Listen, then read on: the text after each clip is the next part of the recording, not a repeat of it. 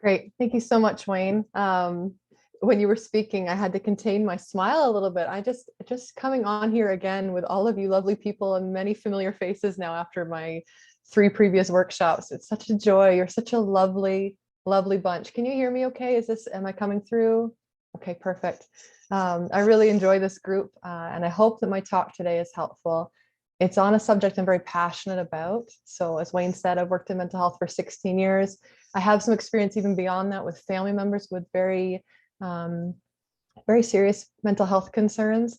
And one thing that has threaded through that entire journey is shame. It's such a common experience for every human being. And when people struggle with their mental health and their emotional well-being, shame is right there. And I'm going to talk about what it is and how we can heal from it. So I'm going to share my screen here intermittently, and hopefully everything works well. Can people see that? Just a nod or two from some of you. See the slides? Okay. So as I always say, for those of you who know me, I do encourage you to get a little bit comfortable if you can. Hopefully you've got a tea or something nearby. I always have my handy dandy tea.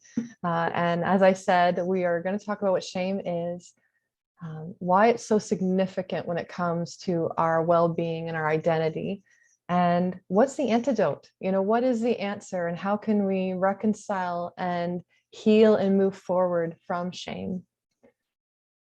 So what is shame? You've probably heard about it. It's a very common human emotion. It's a very painful emotion. It's, when you think of a toddler who is about to do something bad or wrong, or maybe they're going to do something unsafe. Maybe they're going to reach out their hand and touch the stove, which obviously we would never want them to do. The parent might scold them in an effort to keep them safe and prevent them from doing that bad thing.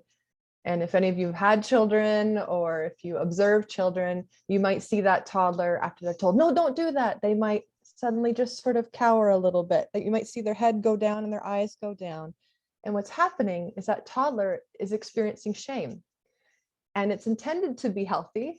In that moment, the hope is it's going to prevent that toddler from touching the stove. That little bit of shame, that little bit of, oh, that's something bad, I shouldn't do it, is to protect them and keep them safe. So it's technically part of our survival response as human beings. The difficulty with shame and the way that we often walk it out is that it often becomes negatively internalized. So instead of the temporary, oh, I was about to do something bad, so I'm going to cower in this moment and allow shame to prevent me from doing something bad, some people, many of us, stay in that state emotionally.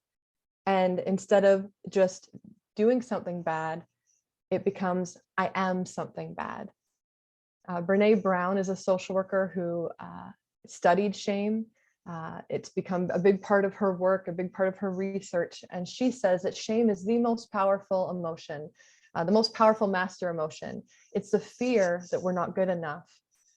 She also says that guilt is I did something bad, like touching the stove or getting in trouble. Shame, however, is I am something bad. So it's when we internalize that shame, it becomes part of who we are. That is unhealthy shame. And there's a lot of complications that unhealthy shame will lead to, which I'm going to discuss.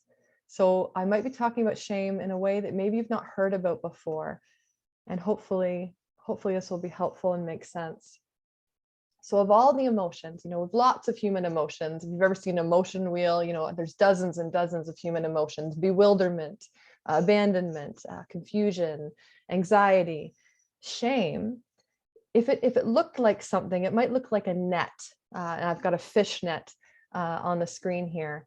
Or it might look like an octopus with lots of tentacles, because what shame does is it becomes a binding emotion, and it sort of gets wrapped up in the net or in its tentacles. All our other emotions get wrapped up within shame.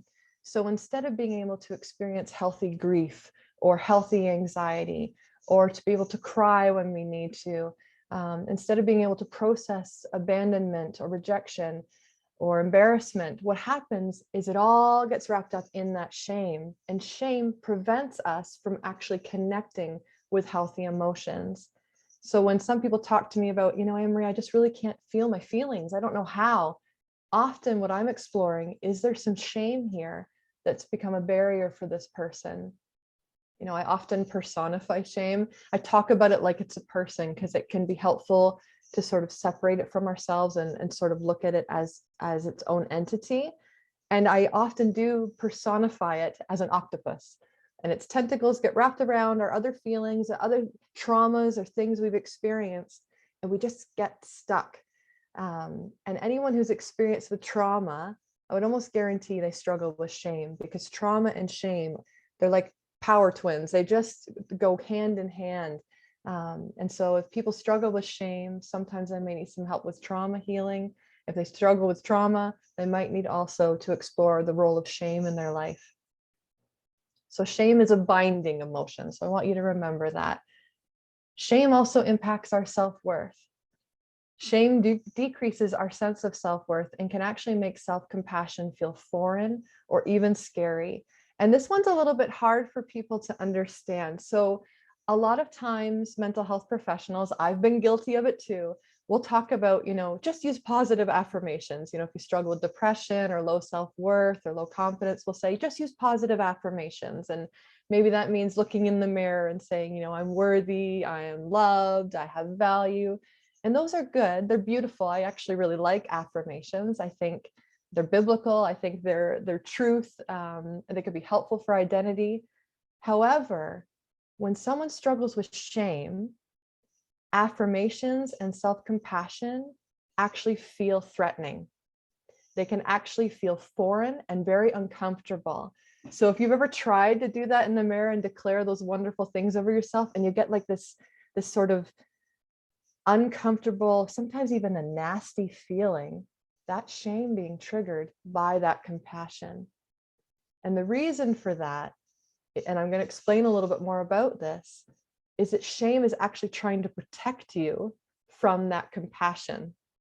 It's trying to protect you from that feeling of self-worth and confidence. And it might sound strange, but sometimes to heal from shame, we have to be a little bit more delicate with those affirmations instead of just declaring them boldly and rattling them off like a to-do list. There has to be a little bit more of a nuanced way of approaching them. I'm going to go back to my share screen here. So shame affects our sense of self-worth and can make self-compassion feel scary. Shame also impacts our connection. Shame is the primary emotion that stops us from having real, meaningful, and authentic connection with other people. It makes us filter ourselves and sometimes inadvertently or unconsciously sort of act and put on a brave face or put on a mask, to use that term. It's interesting because we've just dropped some mask mandates, but it makes us put on a bit of a mask to play a role so that we'll be accepted, but it prevents us from actual real healthy connection with other human beings because we withhold our vulnerability. We withhold, we don't want to expose our weak points, our vulnerability. Shame makes us want to hide. And this becomes a vicious cycle because it's actually in those safe, healing, connecting relationships that we can heal from shame. We heal from shame often in community where we can share our vulnerabilities, when we can be real and be our authentic self. I often talk about having a tribe. We all need a friend group of some kind or a family group where we can 100% be ourselves.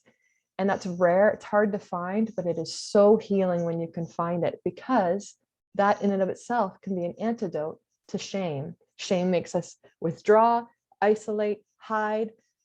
Connection makes us vulnerable, but in a healthy, authentic way when we can heal. So when I talk about shame trying to protect you, it's because shame plays a role of a protector in our life. I often call it the distorted protector because it's trying to protect us, but it's not doing a very good job of it. And I'll give you a bit of an example of what this can look like to hopefully make sense of how does shame protect me? It's a gnarly emotion. It's an octopus that tangles up with my emotions. It's often associated with trauma. Anne-Marie, how does shame protect me? Well, let's say a little boy or a little girl grows up in a home where they're given the message by their parents, that big boys don't cry, or, you should be stronger. Like, don't be weak. I don't want to see those tears. So let's say that's the message that the little boy or the little girl gets, that you need to hide your emotions. Otherwise, they're going to get some kind of negative consequence, some negative feedback from their caregiver. What happens to that child is shame takes on the voice of the parent in their head. So shame has the voice of, you should just be tougher. You should have known better. You shouldn't have done that. You're so stupid. You should be stronger. And I hope I'm not triggering anyone saying this as I'm saying these out loud. They're quite triggering statements because that's what shame sounds like. But what shame is trying to do, because I do personify it, so I'm treating it like it's a person. Shame is trying to take on the voice of the parents so that child lives and responds to that, holding their emotions in, not crying, being tough, being strong, so that child won't get the negative feedback from the parents. Shame becomes the shield. So shame becomes a threatening caregiver to that child so that the child will live a certain way, hide their feelings so that they don't show them to their parents and then get the rejection from the parents, which would be more painful. What happens is we get older, we grow up, maybe we've cognitively processed all the things we went through as a child. Maybe we understand, maybe my parents, they did the best they could. Back then we didn't talk about feelings. We were the generation of, pull up your bootstraps and, all that kind of stuff. And so we normalize it, we explain it, our head gets it, but our heart doesn't. Our heart still hears that voice of shame. The heart remembers the rejection we felt. The heart remembers all the suppressed emotions we've been carrying for the last 40, 50, 60, 70 years. And so shame still sounds like that same voice as it sounded for that little child, even if you're 30, 40, 80 years old. Until we heal that shame voice and show it that it no longer needs to protect us, it will stay there, and it will stay just as loud, just as clear as the day that it started. And that's one example. And I certainly don't want to blame all of our parents and caregivers for the reasons that we struggle with shame. Sometimes it's not our caregivers. Sometimes we experience shame from school. Maybe it was a teacher who said something bad to us. I remember one time I wrote a book in grade 8, and I was so proud of my little book. It was beautiful. And my teacher said, "That was too good for you to write." Like that, he shamed me. He, probably didn't mean anything by it. Maybe he's having a bad day. But in that moment, he shamed me, and I felt shame. We feel shame when we've been shamed. And so all of us probably at some point in our life have been shamed by someone. Another way that we can pick up shame is inadvertently from caregivers like our parents. When they struggle with shame, we pick up their narrative. So if they have this narrative of I'm no good, or I'm ugly, or no one likes me. So even if they're not shaming the child will still learn that narrative for themselves, and they will take it on through osmosis from their parents. So as I share this information, it's not about blaming, it's not about pointing fingers, but it is about awareness, because all of us pick up a shame voice from someone or something that has happened to us. People that have experienced trauma, shame is right there. But again, trying to protect them. So someone who might have been abused, shame will say things like, you should have known better, you shouldn't have gone there, you were asking for it, because it's trying to protect you from future events like that. It's doing it in an unhealthy way, in a very distorted way, but it's the best way that shame knows how to do it. I know we have a diverse group of people here, but just even to speak to people who know the Bible, shame was the first negative human emotion we experienced after the fall. We hid. We knew we had done something bad. We felt bad, and we hid because of shame. But even in that moment, it's trying to protect us from the threat of what is God going to do to us. And so shame has always played this distorted role of trying to keep us safe. But what it does is it does harm us, because we don't live in that full freedom of our identity, that full freedom of, I'm not bad. I might do bad things, but I am not bad. I am not worthless. So shame plays that role of protector. And when I work with people, a lot of times with healing with shame, part of the work is actually just starting to notice the voice of shame. And what does it sound like to you? Just getting curious. So we're not fighting shame. It's not our enemy necessarily, but we are getting curious about it and listening to it. And the reason why we can't fight it is because it is trying to protect us. So if I was just to rip it away from you, I'd actually cause you more harm than good. We need to slowly and carefully listen and learn what is the role that it's playing, what is it trying to tell you, and how do we replace it gently so that you can heal. And I don't want to get too far ahead of myself, but being curious about shame can start to tell us, why is it protecting me, and what is it trying to protect me from? So how do we know if we struggle with shame? Maybe even when I've already been talking, maybe some of you are saying, yeah, that's me. I was told never to cry, and I don't know how to share my emotions in a healthy way, or I don't know how to connect with people. But I'm going to give you some other signs that you might struggle with shame. And in all honesty, I think most of us do at one point or another in our lives. So some possible signs of shame are you hear a lot of shoulds in your mind. Forgive me, but I often say to people, don't should on yourself. But that's what we do, is we hear you should have known better. You should be better. You should have been more prepared. You shouldn't have done that. You should be smarter. You should try harder. You shouldn't have made that mistake. So a lot of shoulds. Shoulds are often a sign of shame. You might struggle with self-worth and confidence. And for all the reasons I've already talked about, because shame makes us feel bad. It's not, I did something bad. It is, I am bad. Something is wrong with me. I'm deficient in some way. So another sign is that you might be worried what others think of you. You know, that's the mask wearing that I was talking about. You know, we've been wearing masks for the last 2 years, but really shame is a mask we always wear. We hide our full self for fear that people might reject us. If people saw the real Anne-Marie, would they like her? Do I even know who the real Anne-Marie is? That's shame. Feeling disconnected from yourself or from others. So because of trauma, because of shame, people can feel very disconnected from themselves, very disconnected from their bodies, very disconnected from their feelings, or they might just feel kind of disconnected from other people, unable to really form a meaningful, healthy connection. And that can be because of the binding power of shame. You might be aware that you're someone who filters yourself, unable to be your authentic self. Maybe you don't even know who you really are. Other signs include things like struggling with anger or guilt. You know, when people come to me for anger management, I tell them quite bluntly, I don't do anger management, because anger is a secondary emotion that is easier to feel than the emotions under it, which are often shame, grief, or fear. And so if you struggle with anger or guilt, it's possible that shame is the underlying emotion buried beneath that. So instead of anger management, coping skills, it's about getting to the root of what is that underlying shame and how can we heal it. Maybe you struggle with boundaries.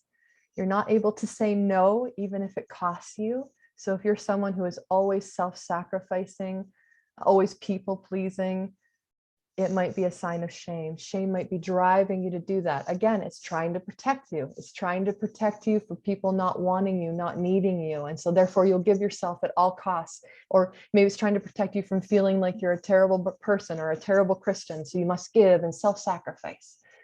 And the people pleasing is wrapped up into that as well. And a lot of people say, I'm a people pleaser, and not realize the weight of the shame that they're actually carrying. Maybe you struggle with feeling rejected or abandoned. You know, maybe you keep people at arm's length because if I keep them there, it's safer and they might not hurt me. That's a shame response. Shame is trying to protect you from the depth of abandonment because it really hurts. You know, 1,000 years ago, if our tribe rejected us, we could die. Being rejected actually impacted survival, and our brain still interprets it the same way. We feel the emotional pain of rejection as physically as if someone punched us in the stomach or hurt or physically harmed us. Our brain interprets it the same way because our life depends on knowing and being loved by people. So shame keeps people at arm's length. I want them in my life, but just at a distance, because I just can't let them see the real me, because if they do, they might reject me. Other possible signs of shame One, I call it shame tunnel vision. I kind of made it up to describe what I see sometimes with people. Let's say someone is talking to you and they give you this long, beautiful narrative of how wonderful you are and you're doing so many things right, but, and there's this like little piece of constructive criticism. And shame tunnel vision just hones in on that one thing. That's all I hear, and it is all consuming, and they can't even hear the compliment. Now, we know that one negative piece of feedback often outweighs compliments for most people, but shame tunnel vision is like the pendulum just swings the whole way. And those people will say, coming out of that conversation, I'm so worthless, I'm so terrible, I can't do anything right. That is shame tunnel vision. They revert to those all or nothing responses when given that feedback. So maybe, again, given a long narrative, you're doing everything right. Maybe you could just work on this one thing. Maybe you could just work on, being a better team player at work, let's say. They might revert to, oh, I just can't do anything right. I'm so terrible at my job. That's the pendulum swinging into an all or nothing response to shame. They might experience shame shutdown mode. So shame, when people feel shamed, like that toddler, the toddler will sort of cave in and sort of close off because of the feeling of shame. Or Adam and Eve in the garden will hide in the cave and hide away from God because of their shame. But when people don't come out of that, that's called the freeze response or dissociation. You might have heard of that.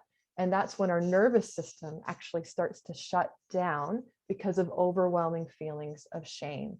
Because shame is so connected to trauma, it can literally make us just freeze and disconnect and shut off.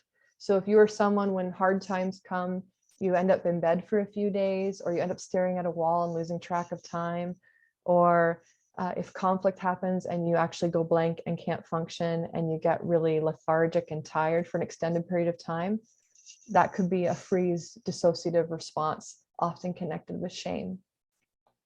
Another one I wanted to include in here, because I see it so much, is a condemning theological framework.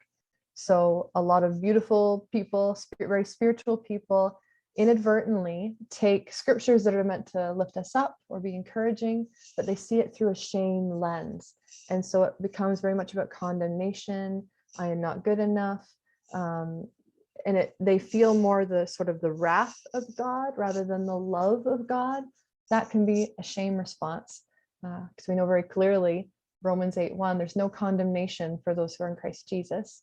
And you could replace that with shame. There's no shame. And yet so many people have so much shame, and it's wrapped in with their faith or their theological beliefs. And it's something I see a lot, and something I'm very passionate about helping people heal from. And then another sign of dealing with shame is turning to possibly harmful coping mechanisms. So when I work with people that I see are struggling with drugs or alcohol, if they're struggling with pornography or gambling, maybe it's a lot of spending, maybe it's disordered eating, maybe it's overworking, workaholism. When I see those things happening in people's lives, a flag goes off in my mind. Okay, this person's probably struggling with shame, because shame drives us into, it's like a shame connector. It drives us into something to help us numb that shame, to help that shame temporarily go away.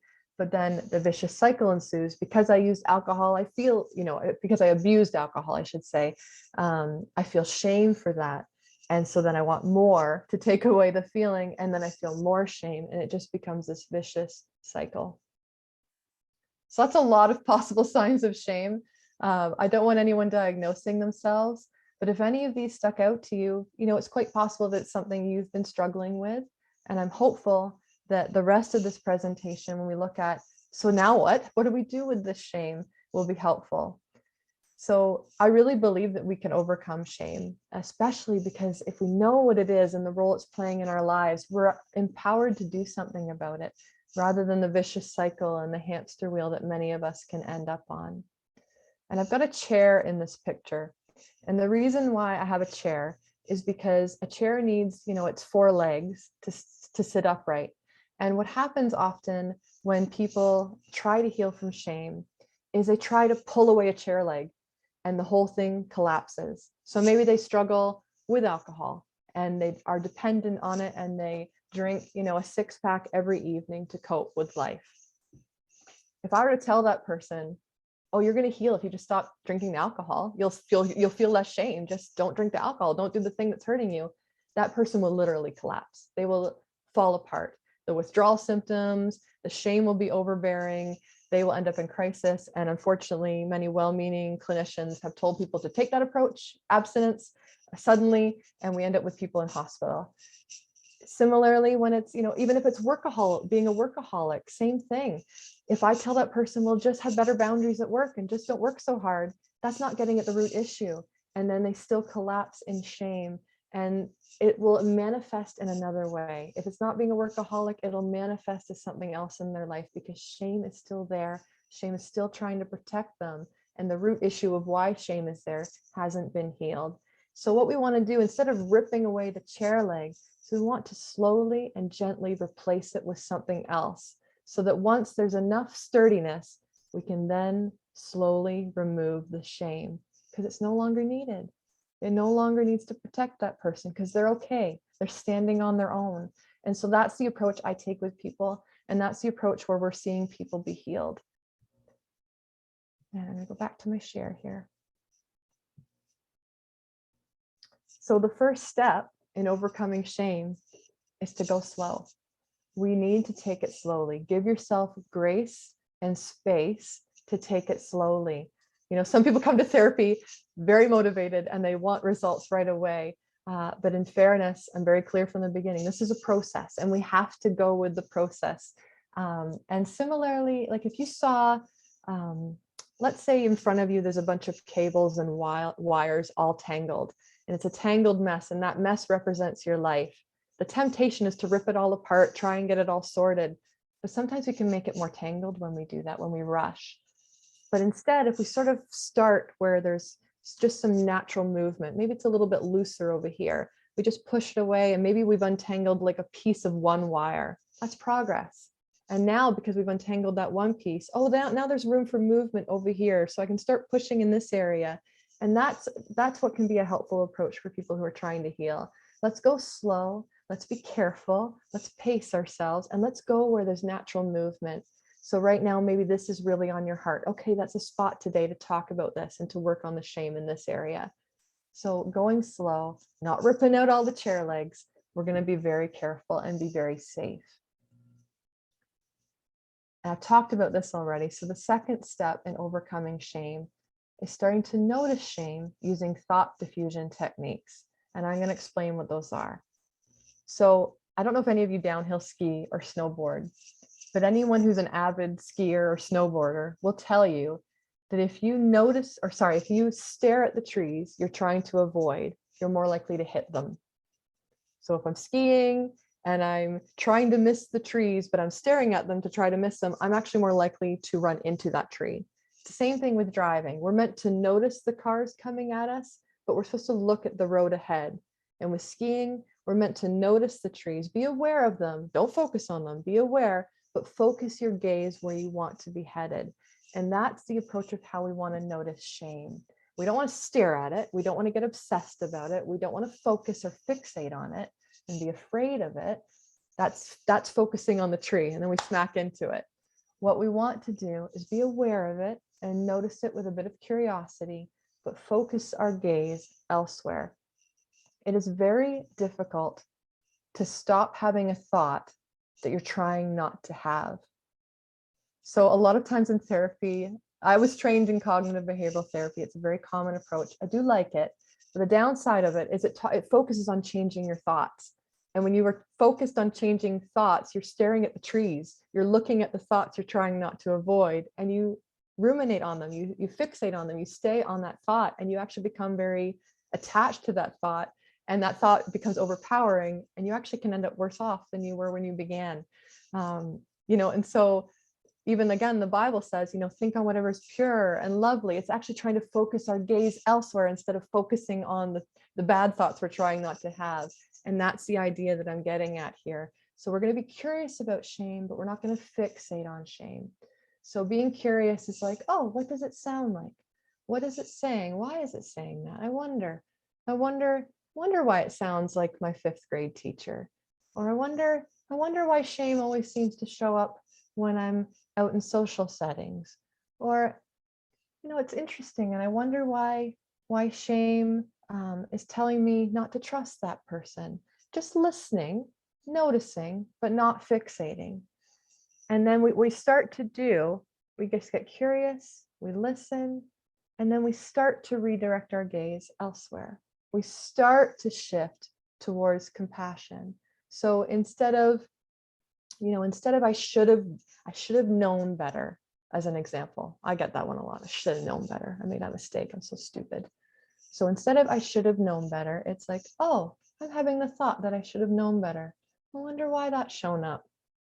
Okay, well, I'm going to start thinking about, I did my best. Maybe I could have known better, but it's okay. You're not fighting the thought. You're not accusing the thought. You're not avoiding the thought. You're just noticing it and starting to shift your gaze to where you want to be headed. At the end, people can ask questions if this is not coming across clearly. Hopefully, I'm making sense. It's actually it can be quite a complex topic, but hopefully it's making sense. So this was a second step of noticing shame using thought diffusion techniques. Think of the skiing, think of the driving. Don't focus on what you're trying to avoid. Just notice it and shifting your gaze elsewhere. Another component of overcoming shame is practicing vulnerability in healthy community. And this one can be challenging because healthy community can be hard to find, especially if you've struggled with a lot of shame. Unfortunately, that can magnetize us to unhealthy people because it's what we're familiar with. It's what we know. Maybe because of shame, you tend to people please, you tend to self-sacrifice, and you need to be needed. And because of that, you tend to be magnetized to people who need you. And so that, unfortunately, is not the most healthy community for you as an individual because it reinforces your shame story. It reinforces the I'm not wanted, I'm only needed narrative that you would have picked up at some point in your life. And so healthy community can be a challenge because we tend to be drawn into patterns and relationships because of the shame, because of what shame is trying to protect us from. And so what I encourage people to do is to start reflecting on their relationships and start seeking out healthy relationships. What does that mean for you? What is a healthy relationship for you? For me as a therapist, I need at least a couple friends in my life who don't need me to be a therapist, because if my friendships turn into therapy, that's not good for me and it's not good for them. And I have some friendships that are like that, and that's okay. But I need some that are healthy community where I can switch that off and just be Anne-Marie and I can be vulnerable. And all of you need that as well. You need healthy community who accept you as who you are, who love you unconditionally, and you're allowed to be raw and messy with. I have a small group that I lead in my house, and that has become my healthy community. We love each other. We know each other. We've been really raw and messy with each other. And it's beautiful and very healing, because when we're vulnerable, when we expose what we are trying to hide because of shame, shame gets brought into the light. We become more aware of it, and it loses some of its power.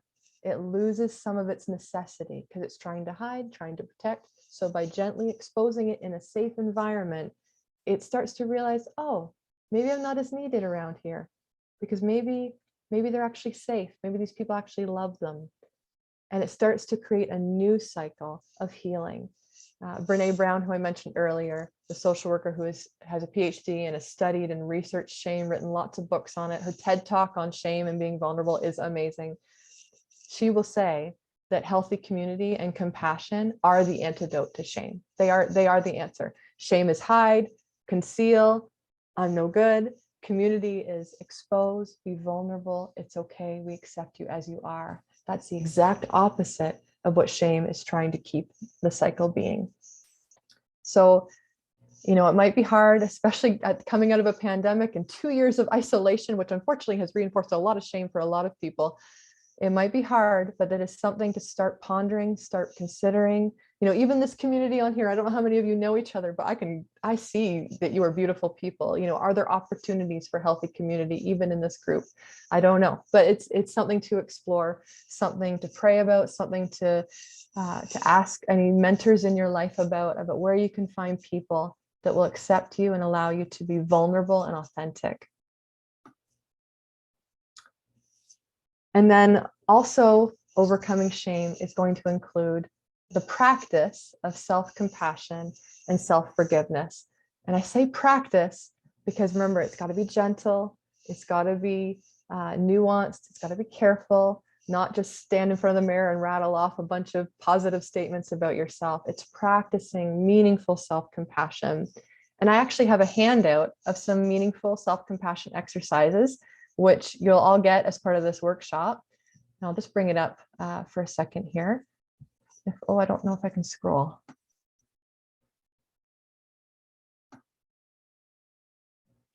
Hopefully you guys can, I don't know if you can see that, and I can't see you guys to see if you can see it. But some self-compassion exercise. One, actually, this one, funny enough, I actually get the most success with people is treat yourself like you would a good friend. If a friend was having a hard day, what would you say to them? Would you shame them? Would you criticize them? Would you tell them they should have known better? No, I don't think so. You probably would encourage them. You'd probably validate them. You'd probably be very kind, gentle, loving. Why don't we do that to ourselves? Well, because of shame. But practicing this gently, not forcefully, this is the redirecting of shifting our gaze away from the trees. This is where we start to heal, because every time you do any of these exercises on this handout, you are sending your nervous system, your heart, and your mind a little micro message that you matter, that you have value, that all those statements that we rattle off in the mirror, these are the micro messages that it actually is true. And that's why it's more meaningful. Journaling. So pulling out a journal or a piece of paper and start writing what you're feeling in that moment. Let it be raw and messy because you're allowed to be vulnerable. Even that's a micro moment of self-compassion. And then write something encouraging. This is a way to validate your emotions and affirm yourself. It's nice when people actually buy a nice journal and pens for this, because even that act is like, oh, I deserve like a nice journal. Even that act can be helpful when it comes to healing from shame. It's like, oh yeah, I'm going to buy a nice intentional journal just for this purpose.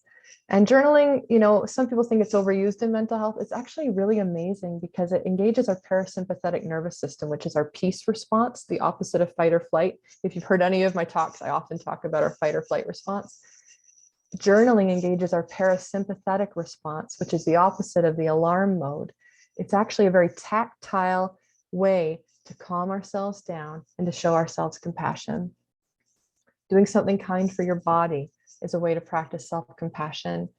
Getting a massage can actually work out that tension and that shame tension that we hold on to.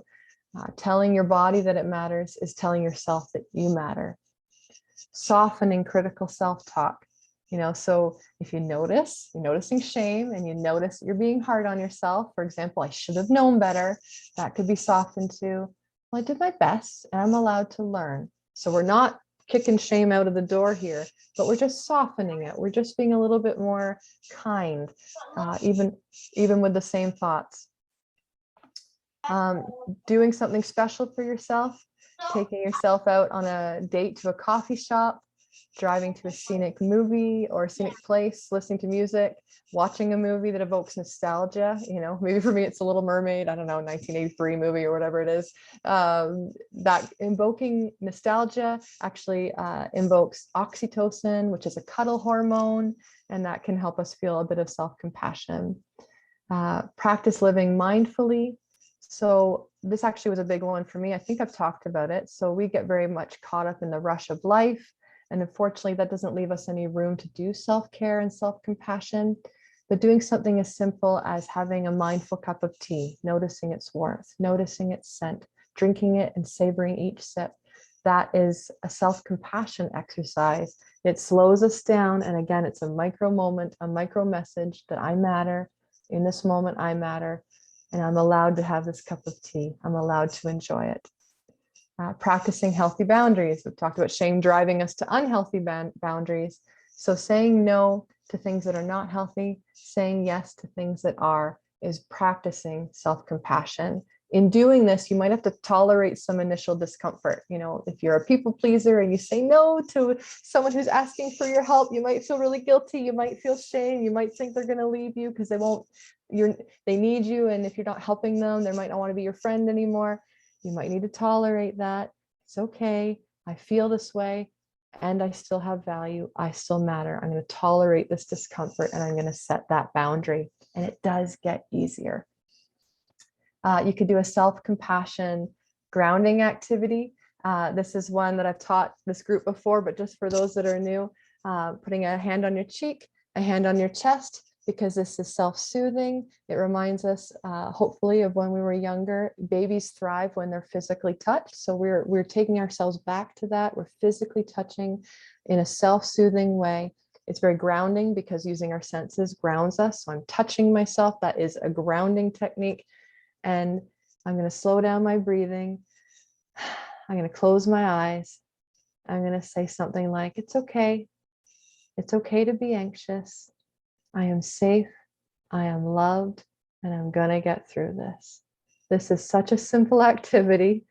But in this moment, I am using physical grounding. I'm using self-soothing. I'm releasing oxytocin, the cuddle hormone. I'm engaging my parasympathetic nervous system that calms me down because I'm slowing down my breathing.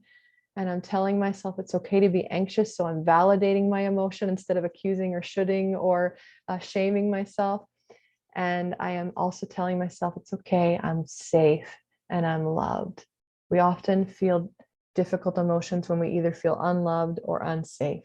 So reminding ourselves of those things can help. Such a simple activity, but I'm telling you, it can help. I use it, and I know a lot of people that do.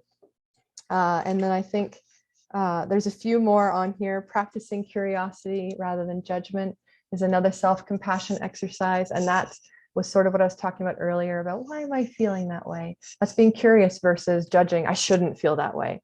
I'm terrible for feeling that way. I'm such a bad person for feeling that way versus why do I feel that way? Where is that feeling coming from? What's it trying to tell me? So practicing curiosity rather than judgment is a self-compassion way of being. And making time for fun. You know, we go through life, we're busy, and unfortunately we're sending ourselves micro messages that we don't matter because we don't have any time for fun.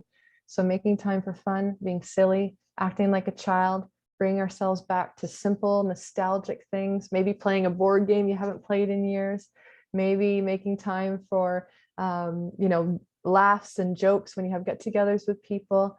Those things are self-compassion exercises. So that's just, one handout with, I think, 10 or 11 simple strategies to start practicing self-compassion and start overcoming shame. We're almost done here. I know it's been a lot of information. And then I've reviewed the handout. And then the last thing to maybe consider with overcoming shame is to consider therapy to address the roots of shame. And this is not a personal plug. I actually don't have any room to work with any new people, unfortunately. This is just an encouragement that if you struggle with shame, it could be very valuable to talk to someone about it, someone who understands where shame comes from, the role that shame is trying to play in your life, why it's trying to protect you, to help you really navigate those roots. Maybe it was your parents, and maybe there's some forgiveness that needs to happen there and some deep healing. Maybe it was someone who bullied you, or maybe there's some abuse or a traumatic event in your life of some kind.